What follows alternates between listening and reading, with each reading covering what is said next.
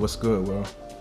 Alright, here we go. So, you got your first camera, but you're a little confused on what lens you should get. And I understand, because I've been there, and honestly, it's stressful. So what I did was I turned to YouTube. And of course, I found Peter McKinnon, I found YC Imaging, and they both did the same, and they led me to one place. The 50mm 1.8, otherwise known as the Nifty 50. And honestly, man, it was the best decision I made that year because I didn't have any other lens besides the kit lens that came with my camera, and I needed a prime, and I was so desperate to have a prime. So I purchased this, and it was like $125 US. And honestly, it was probably one of the best purchases I made that year because I made a lot of bad purchases, but this paid off. I used it the whole year. I shot everything with this lens.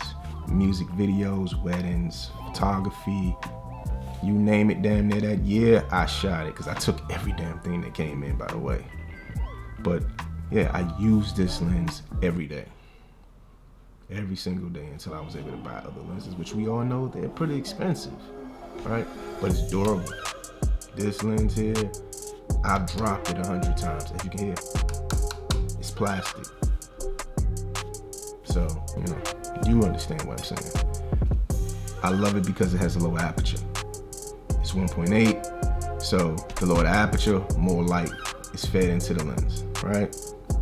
And we all know we need lower aperture. The lower the aperture, the better. So if you can find any lens with a low aperture, that's where you need to go.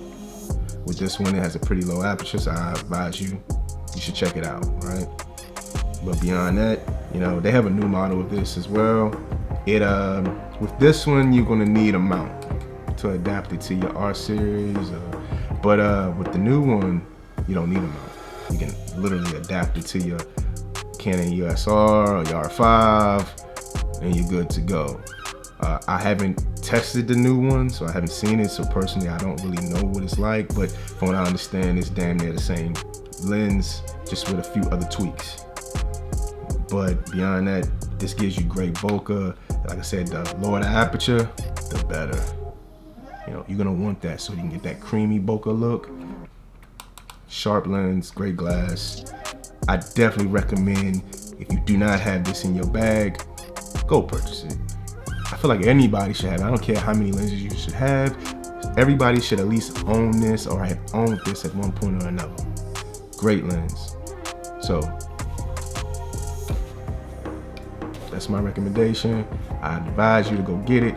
Don't tell them that I didn't tell you where to go. Go get the lens. And yeah, don't forget to subscribe. See you later.